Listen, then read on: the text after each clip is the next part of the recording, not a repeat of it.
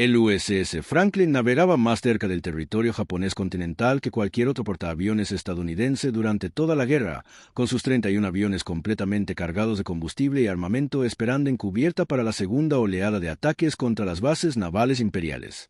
El capitán Leslie Jerez contemplaba desde el puente un amanecer que parecía prometedor para operaciones que podrían acelerar el fin de la guerra. «Señor», murmuró el oficial de operaciones, comandante Stephen Jurica, observando las nubes bajas que proporcionaban cobertura natural a las operaciones aéreas, condiciones perfectas para ataques sorpresa. Los japoneses no esperan actividad tan cerca de sus costas principales. En los hangares del Franklin, los marineros trabajaban febrilmente preparando aviones que nunca despegaron.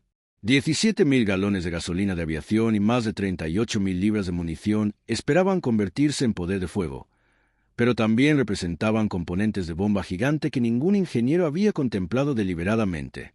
Lo que ninguno de los 2.600 hombres a bordo podía imaginar era que el Franklin estaba a punto de convertirse en el laboratorio más devastador para probar los límites de la ingeniería naval estadounidense, y que la supervivencia dependería completamente de decisiones tomadas años antes por un ingeniero cuyo nombre la mayoría no conocía. Antes de continuar, déjame en los comentarios desde qué lugar del mundo nos escuchas y suscríbete. Estaré saludando. 7 y 8. El momento que cambió todo. Un solo bombardero japonés Yokosuka de 4 y Judy emergió de las nubes como fantasma metálico, invisible al radar hasta el último momento. Sin ceremonia kamikaze, sin declaraciones dramáticas, simplemente piloto profesional ejecutando ataque de precisión que convertiría el Franklin en el infierno flotante más intenso que portaaviones hubiera sobrevivido jamás. Arsenal Naval de Kure, Japón. Base aérea, misma mañana. El teniente Mitsuo Sugawa había despegado antes del amanecer con misión simple: hundir el portaaviones estadounidense que operaba impunemente en aguas japonesas. Sus 2 bombas semiperforantes representaban venganza por meses de humillación mientras la aviación enemiga bombardea territorio sagrado. «Una oportunidad», murmuró Sugawa mientras ajustaba controles para aproximación que aprovecharía cobertura de nubes, «demostrar que el espíritu japonés puede superar la abundancia material estadounidense». Era una filosofía que chocaría violentamente contra la realidad de ingeniería que había anticipado precisamente tal ataque y había construido defensa en cada viga de acero del Franklin. Revelación técnica: la genialidad oculta de Homer Ferguson. Newport News Shipbuilding, Virginia. 1940 a 1942. La supervivencia del Franklin había comenzado años antes del ataque, en oficinas de diseño donde Homer Lenoy Ferguson revolucionó la construcción naval a través de una filosofía que desafiaba la tradición. Los buques que se hunden no pueden completar su misión. Cada decisión de diseño debe priorizar la supervivencia sobre cualquier otra consideración. Ferguson, ingeniero de 69 años cuyas manos habían diseñado centenares de buques, había insistido en usar acero de tratamiento especial, no solo como blindaje sino como elementos estructurales. Era decisión que incrementan costos pero creaba resistencia que ningún portaaviones anterior había poseído. En salas de diseño donde milagros tomaban forma. «Señor Ferguson», había argumentado el contratista preocupado por presupuestos, usar acero de tratamiento especial para toda la estructura incrementa peso y costo significativamente. Las regulaciones navales especifican acero convencional para elementos no críticos. Ferguson había respondido con convicción que salvaría 1.700 vidas. «Joven, cuando un portaaviones recibe daño de combate, cada vida, cada mamparo, cada remache puede significar la diferencia entre hundirse y sobrevivir. No. Construimos buques para cumplir regulaciones. Construimos buques para salvar las vidas de los marineros que los tripulan». Las innovaciones que redefinieron la supervivencia. Cada Essex incorporaba principios que Ferguson había perfeccionado a través de décadas de experiencia. Compartimentación extensiva. Cientos de compartimientos separados que contenían daños. Sistemas redundantes. Múltiples bombas, generadores, sistemas de control independientes. Mamparos reforzados. Acero de tratamiento especial que contenía explosiones que destruirían buques convencionales. Sistemas de extinción avanzados. 9 bombas separadas con capacidad de operación independiente. Diseño de purga. Sistemas de dióxido de carbono que podían suprimir incendios en espacios sellados. La filosofía que salvó el Franklin. Construimos asumiendo que el enemigo logrará impactos directos, había explicado Ferguson a ingenieros que cuestionaban la redundancia aparentemente excesiva. La cuestión no es evitar el daño, es sobrevivir el daño suficiente tiempo para completar la misión y regresar la tripulación a casa. Primer impacto. El nacimiento del infierno. 7 y 8.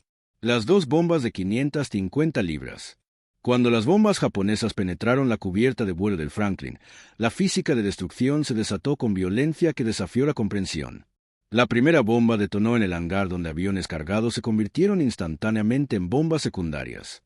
La segunda bomba atravesó dos cubiertas antes de explotar en la popa, creando cascada de destrucción que transformó el portaaviones en volcán flotante.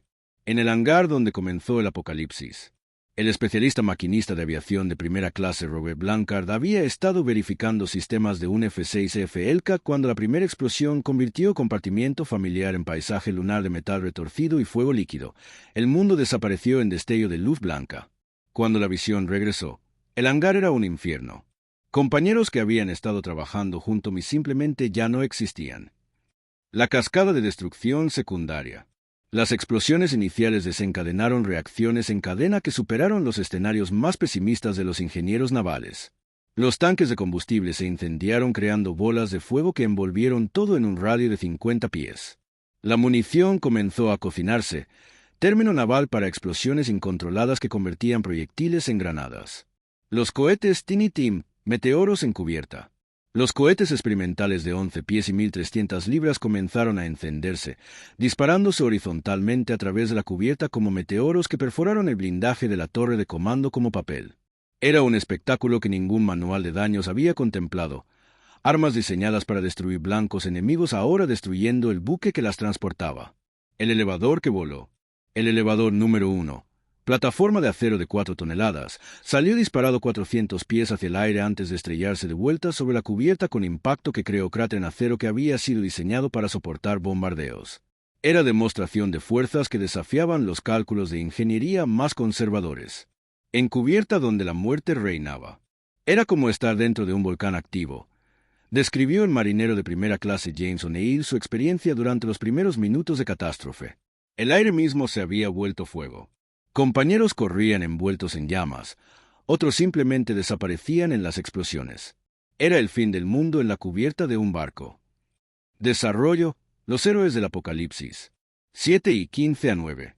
Cuando hombres ordinarios se volvieron legendarios. En el caos que siguió al ataque, 3 hombres emergieron como símbolos de coraje que trascendía el instinto de supervivencia. Sus acciones durante la hora y media más crítica determinarían si el Franklin se hundiría como tumba acuática o sobreviviría como testimonio a la ingeniería y coraje humano. Teniente Comandante Joseph T. O'Callahan, el capellán en el infierno.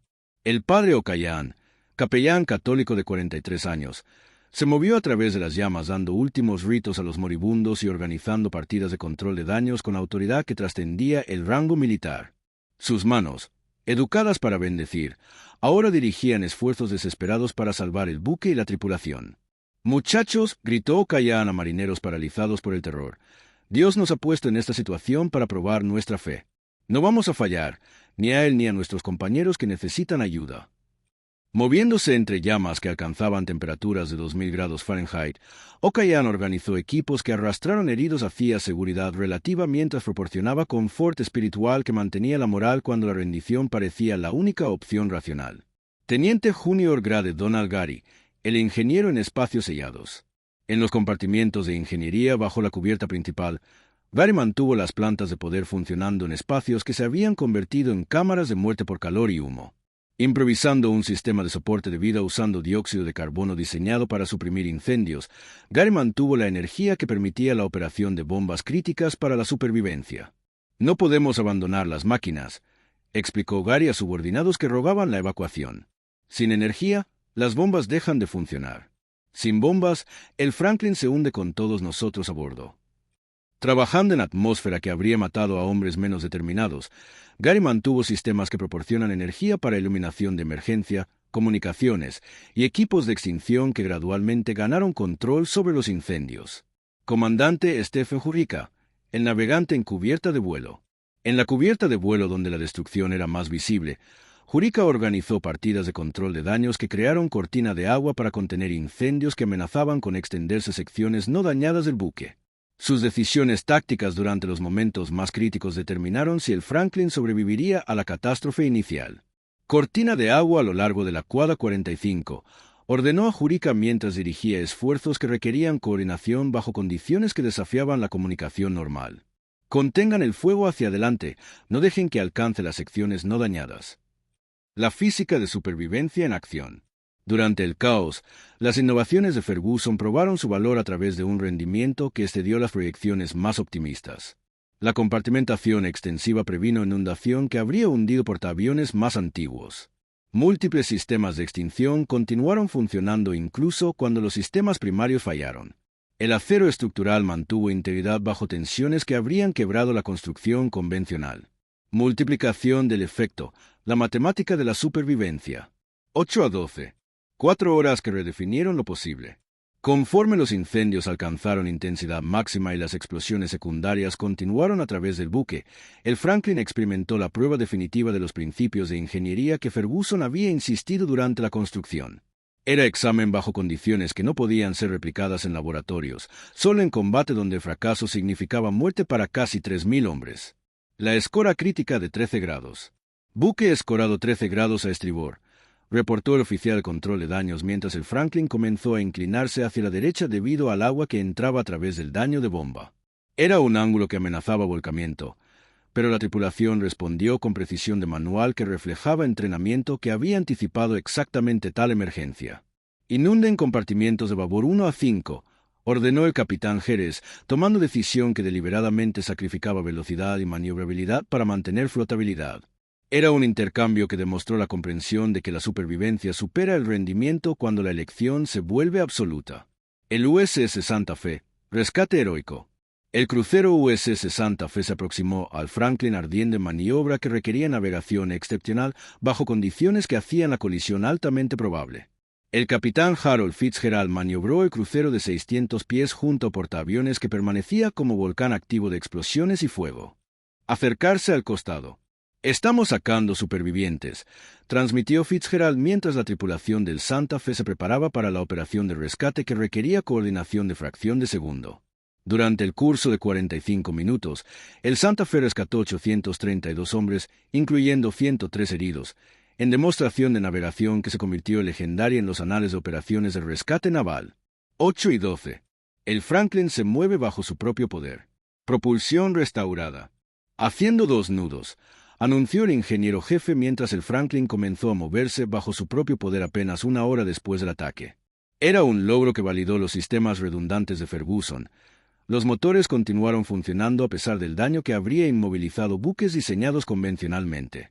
Gradualmente incrementando velocidad hasta 15 nudos al mediodía, el Franklin demostró que la ingeniería apropiada podía superar daño que parecía catastrófico. El buque que debería haber sido casco muerto estaba procediendo bajo su propio poder lejos de la costa japonesa. La tripulación que se negó a rendirse. «No abandonemos el buque mientras aún pueda luchar», declaró el capitán Jerez, articulando el espíritu que caracterizó la respuesta de la tripulación durante toda la prueba. En lugar de evacuación de pánico, la tripulación continuó luchando contra incendios, manteniendo sistemas y apoyando operaciones de rescate con disciplina que reflejaba entrenamiento pero también determinación que trascendía el deber profesional. Los marineros trabajaron con manos que estaban quemadas, respiraron aire que estaba envenenado por humo, y continuaron funcionando en condiciones que habrían incapacitado a hombres menos comprometidos con la misión y los compañeros de buque. Clímax. El viaje de supervivencia. 12. El Franklin navega hacia casa. Con los incendios gradualmente bajo control y el peligro inmediato de hundimiento eliminado, el Franklin enfrentó desafío que parecía casi tan desalentador como el ataque inicial. Navegar 2.500 millas hacia la seguridad mientras mantenía flotabilidad y evitaba fuerzas japonesas que reconocían el portaaviones herido como blanco de oportunidad. En el puente donde el liderazgo salvó el buque. Establecer rumbo hacia Ulithi, ordenó el capitán Jerez mientras el Franklin mantenía 15 nudos a pesar del daño que había reducido uno de los buques más poderosos de la Marina estadounidense a un gigante herido apenas capaz de autopreservación.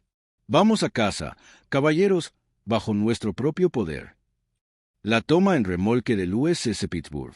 La asistencia inicial vino del USS Pittsburgh, que tomó el Franklin a remolque para alejar el buque de aguas costeras japonesas donde los ataques aéreos permanecían probables. Fue una demostración de apoyo mutuo que caracterizó las operaciones de la Marina estadounidense. Ningún buque abandonado, ninguna tripulación sacrificada innecesariamente. El viaje de 1000 milagros. Durante el viaje hacia la seguridad, la tripulación del Franklin continuó demostrando inventiva que el diseño de Ferguson hizo posible. Las reparaciones continuaron en ruta, los sistemas fueron restaurados gradualmente, y el buque mantuvo velocidad que lo mantuvo delante de la persecución japonesa potencial. Cada milla que hacemos es una milla más cerca de casa, reflexiona el padre Okaya mientras continuaba proporcionando apoyo espiritual para la tripulación que había soportado el trauma que pocos veteranos de combate experimentaron. Dios y la buena ingeniería nos han traído hasta aquí. 28 de abril. Llegada a Brooklyn. Cuando el Franklin entró al astillero naval de Brooklyn bajo su propio poder después de un viaje que cubrió 2.500 millas, la multitud que se reunió representó más que curiosidad sobre un buque de guerra dañado. Era reconocimiento de que el buque y la tripulación habían logrado algo sin precedentes en guerra naval, supervivencia de daño que debería haber resultado en pérdida completa.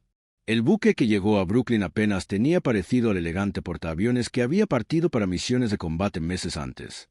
Pero Franklin había demostrado que la ingeniería naval estadounidense, cuando se combinaba con coraje excepcional, podía superar escenarios que parecían sin esperanzas según análisis convencional. Resolución. El legado de hierro y coraje. Mayo de 1945. El análisis post-mortem. Los arquitectos navales que examinaron el Franklin después de su regreso hicieron determinaciones que validaron la filosofía de Ferguson completamente. El daño era suficiente para hundir un portaaviones diseñado convencionalmente, pero las innovaciones incorporadas durante la construcción habían proporcionado márgenes de seguridad que hicieron la supervivencia posible. Las estadísticas que salvaron vidas. 807 hombres murieron, 487 fueron heridos, pero aproximadamente 1.700 vidas fueron salvadas por decisiones de ingeniería tomadas años antes del combate. Era proporción que demostraba valor tangible de inversión en diseño y construcción superior. El daño era tan extenso que las reparaciones habrían costado tanto como construir nuevo portaaviones, llevando la decisión de decomisar el Franklin en lugar de restaurarlo. Pero el buque había probado la validez del enfoque de Ferguson hasta grado que influyó en todo diseño de portaaviones subsecuente. El reconocimiento que llegó tarde. El teniente comandante O'Cayan recibió la Medalla de Honor, único capellán naval tan honrado durante toda la guerra. El teniente Junior Grade Gary también recibió la Medalla de Honor por sus acciones manteniendo sistemas de ingeniería. El comandante Jurica recibió la Cruz de la Marina por organizar control de daños en la cubierta de vuelo. Pero Homer Ferguson, cuyas decisiones hicieron efectivo su heroísmo, nunca recibió reconocimiento público por contribuciones que salvaron centenares de vidas. Su legado residía en hombres vivos que debían su supervivencia a su insistencia en que los buques fueran diseñados para sobrevivir en lugar de meramente luchar. La transformación doctrinal. La supervivencia del Franklin estableció precedente que influyó la arquitectura naval por décadas. El principio de que el buque debe ser capaz de absorber daño mayor y continuar operando se convirtió en estándar para todos los diseños de portaaviones subsecuentes. Lo que el Franklin probó, analizó el almirante Chester Nimitz durante la evaluación posguerra, es que la ingeniería apropiada elimina la distinción entre supervivencia y victoria. El buque que sobrevive puede continuar luchando. El buque que se hunde no puede. Impacto histórico. La revolución de la supervivencia. La validación en combate. La clase Essex demostró superioridad repetidamente durante la guerra. El USS Bunker Hill sobrevivió 2 ataques kamikaze en 30 segundos. El USS Intrepid sobrevivió 4 ataques kamikaze separados. El USS Enterprise sobrevivió múltiples ataques y se convirtió en el portaaviones más bombardeado que sobrevivió la guerra. De 24 portaaviones Essex completados, 14 vieron combate durante la Segunda Guerra Mundial. Fueron impactados 39 veces por bombas, torpedos y kamikazes, matando más de 2.600 hombres en total. Ninguno se hundió. El precedente permanente. Franklin estableció que la excelencia en ingeniería se traduce directamente hacia vidas salvadas y que las decisiones tomadas en oficinas de diseño años antes del combate pueden determinar quién vive y quién muere durante la batalla. El diseño moderno de portaaviones continúa reflejando principios que Ferguson estableció y el Franklin validó, que la capacidad de supervivencia es considerada primaria en diseño de buque de guerra y que la redundancia cuesta menos que el reemplazo de buque completo y tripulación. La lección que trasciende la guerra. Más ampliamente, Franklin demostró que el liderazgo individual, ya sea en oficinas de diseño como Ferguson o durante combate como O'Cayan, puede hacer la diferencia entre tragedia masiva y desastre sobrevivible. Conclusión. El milagro forjado en acero. El veredicto del fuego. En el análisis final, el USS Franklin representa la síntesis perfecta de excelencia de ingeniería estadounidense y coraje humano que caracterizó la victoria en la Segunda Guerra Mundial. El buque sobrevivió no porque el daño fuera menos severo. Sobrevivió porque el diseño de Ferguson proporcionó márgenes que hicieron la supervivencia posible cuando se combinó con valor excepcional de la tripulación. La paradoja de destrucción y preservación. Franklin requirió aceptación de daño masivo que habría justificado abandono según sabiduría convencional. En lugar de eso, la tripulación eligió luchar a través de la catástrofe, demostrando que a veces la salvación requiere voluntad de soportar lo que parece destrucción segura. El mensaje eterno. Para 1.700 hombres que sobrevivieron la prueba del Franklin, la lección permanecía clara como acero fundido. Que la preparación apropiada, ingeniería superior y coraje excepcional pueden superar circunstancias que parecen sin esperanza en papel. El USS Franklin había probado que con suficiente habilidad, excelencia de ingeniería y determinación humana, incluso el daño más catastrófico puede ser sobrevivido cuando el diseño anticipa la realidad del combate en lugar de suposiciones sobre lo que el enemigo podría hacer. En el silencio de la flota en reserva donde el Franklin terminó su servicio, el legado permanece grabado en acero que nunca se oxida completamente. Que las decisiones de ingeniería tomadas en tiempos de paz determinan quién vive y muere durante la guerra. Y que los buques diseñados para sobrevivir pueden traer sus tripulaciones a casa incluso cuando la victoria parece matemáticamente imposible.